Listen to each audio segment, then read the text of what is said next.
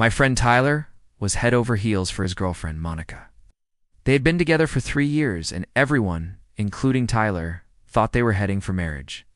He talked about her constantly, how she was the one, how he was saving up for a ring. He even started a side hustle just to afford the perfect diamond she had pointed out in a magazine. His world revolved around her, but Monica, it turned out, had other plans. One evening, Tyler came home early from his second job, planning to surprise Monica with her favorite takeout. But he was the one who got the surprise. Her car wasn't in the driveway, which was odd. When he went inside, he found a note on the kitchen counter. It was short, cold, and brutal. It said she had moved out, that she'd met someone else, and that their relationship was over. It ended with, "Please don't contact me." Just like that. 3 years were erased by a few lines of ink. Oh, Tyler was absolutely devastated. He tried calling her, but she'd already blocked his number. He was a wreck for weeks. The someone else turned out to be a guy named Chad. Chad was one of those guys who seemed to have it all. Inherited wealth, fancy sports car, and a condescending smirk permanently fixed on his face. Monica had apparently been seeing him for months behind Tyler's back. The worst part? Chad was Tyler's former high school bully. He had made Tyler's life miserable back then, and now he was doing it all over again by taking the woman Tyler loved. It felt like a targeted attack, a cruel twist of fate designed to break him completely. Months went by, and Tyler slowly started to pick up the pieces. He poured all his energy into his work and his side hustle, which was a small custom furniture business he ran out of his garage. He was talented, and his work was beautiful. Slowly but surely, his little business started to gain a local following. It was starting to heal, but the sting of betrayal still lingered. Then, about a year after the breakup, something unexpected happened. Tyler got an email from a very high-end interior design firm. They had seen his work online and were incredibly impressed. They had a massive project coming up furnishing a brand new luxury penthouse downtown, and they wanted to commission him for several bespoke pieces. It was the biggest opportunity of his life, a career-defining moment.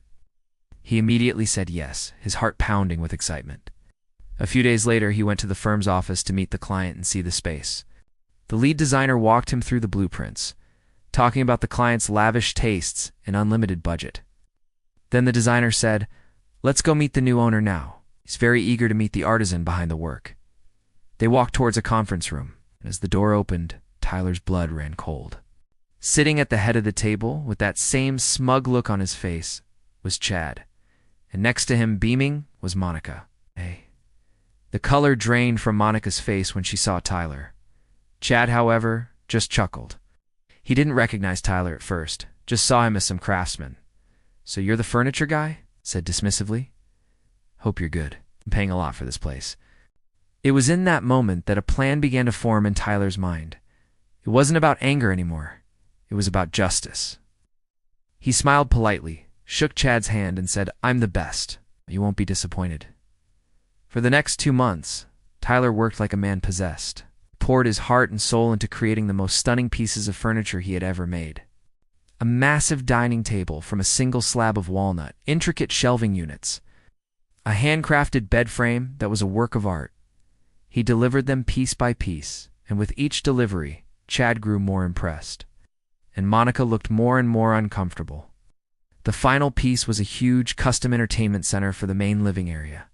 It was the centerpiece of the entire penthouse. Tyler designed it with a very special, hidden feature. On the day of the final installation, Chad and Monica were there, throwing a pre-housewarming party with all their rich friends. Chad was bragging loudly about his new penthouse and his exclusive custom furniture. Tyler finished the installation and discreetly handed the lead designer a small, unique remote control. He explained that it controlled a special feature he had added as a personal touch. Curious. The designer gathered everyone around the entertainment center. Chad stood proudly in front of it, a glass of champagne in his hand. The designer pressed the button. Suddenly, with a soft whirry sound, a hidden panel in the center of the unit slid open. But instead of revealing a hidden bar or a fancy gadget, it revealed a high-resolution screen. And on that screen, a video began to play. It was a compilation of all the sappy, loving voicemails and texts Monica had sent Tyler while she was secretly seeing Chad. Messages saying, "I love you more than anything." "Ty and can't wait to be your wife" were broadcast for everyone to hear, time-stamped to prove they were sent during her affair. Ow. The room fell dead silent. Everyone stared, first at the screen, then at Monica, whose face was ghostly white. Chad's smug grin evaporated, replaced by a look of pure fury and humiliation. He turned on Monica, and the shouting began.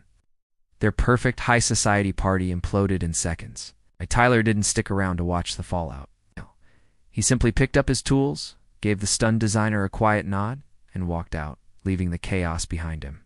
He never heard from Monica or Chad again, but his business exploded in popularity after the design firm raved about his work and his creativity. Sometimes, the best revenge isn't loud and destructive, it's just quiet, clever, and perfectly crafted.